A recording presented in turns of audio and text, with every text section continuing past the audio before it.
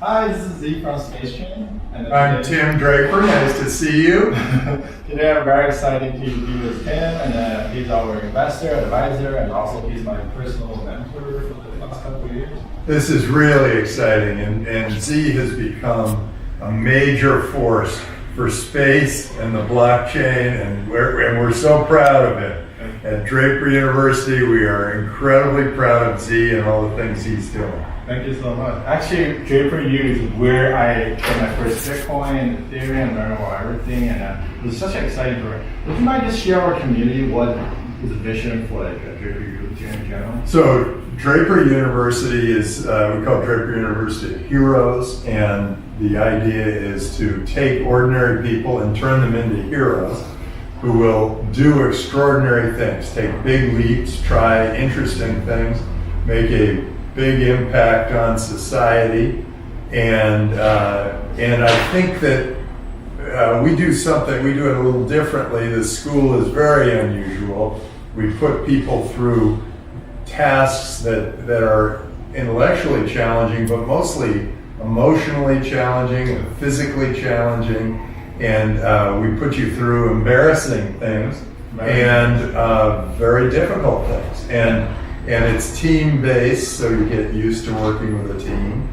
And it has really worked out very well for many of our students who become great entrepreneurs. And quite a few from China. Yeah. We've had we've had 1,000 students that come from 76 different countries. They've started 350 companies. And I'd say of the 1,000, maybe even 100 came from China. Yeah. You know, Patrick Dye.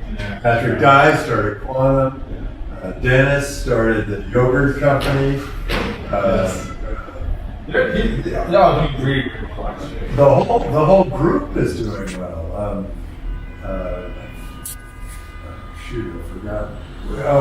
My therapist has been a great success. That was a company that came out of Draper University. I'm not sure what it's called in China. I have no idea as well. Yeah. But yeah, so yeah, actually at Draper U, like I said, it was where I learned about blockchain. Actually, at that time, VR and AR was the biggest thing, but you were kind of still sticking around with the Bitcoin.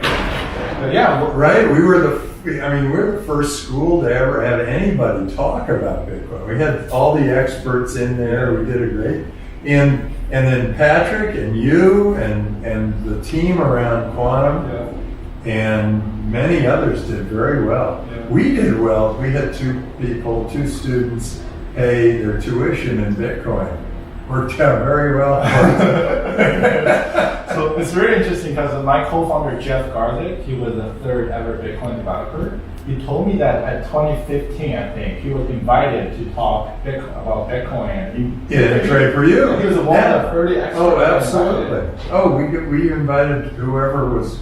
We were looking for new technologies, and we thought, well, let's bring these experts in to talk to you guys. That's awesome. Yeah, it worked pretty well. So, boy, what do you think Bitcoin? What do you think's happening to the world now? I think it's this decentralization is opening up the world. Yeah.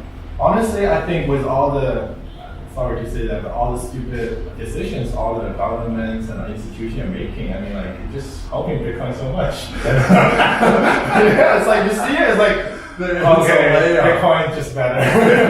Every time. Yeah. I know, and I think, here's my theory on that Bitcoin is this amazing decentralized cryptocurrency that is frictionless, and it spreads around the world. It's totally global and trusted. Yes. And people are saying, wow, that's really interesting. You know, if you were Syrian and you got, or from Sudan and you got sent to Greece, you'd have no money. But if you had a Bitcoin account, you could pull down your Bitcoin and start your life again. Exactly. Well, that starts people thinking, well, wait, we're all one world. Yes. And it changes the nature of what government used to be. Government used to be tribal, like my tribe, your tribe, and then the tribes say, okay, that's my property and this is your property, and I'll leave you alone if you leave me alone, and then if we run out of resources, we attack you. If you run out of resources, you attack us. Well, now that's totally changed because the businesses are wide open. They're completely global, and it's just the politicians that are still trying to cling to that geographic border. And that is that dynamic. We're going from tribal to global. I think that's where we're going. And the politicians, like you see the Chinese government and the U.S. government all trying to battle out something. We don't even know what they're battling about, but they're battling. And we're kind of looking and saying, well, I'm not so sure what you're doing is relevant. Exactly. I think I started kind of ignore this kind of news from, I think just 2 years ago. I want to really get into the blockchain, because it's like, being relevant that's exactly like what I feel. It's like, okay, you're doing this, but there's just better way that you're not using. Right.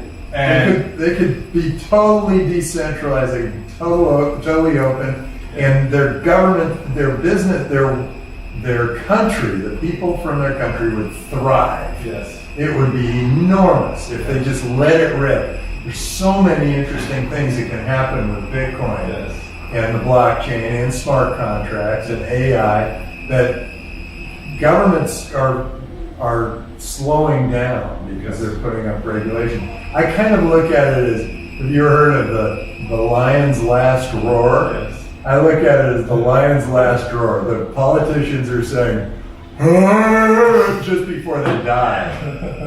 And all of a sudden there's going to be this new world, and it's going to be very dynamic and very automated. Yes. And we're going to see some amazing things. So I'm excited about it. Yeah, he's one of the, and a lot of it's going to be in space. Yes. So when we started the company, actually, I think of the integration, and everybody saw it as kind of crazy. But I just think with the whole concept of decentralization, space is actually very good, platform for an infrastructure for it. Because first of all, it has global coverage, right? Like you mentioned, and also it basically takes the jurisdiction.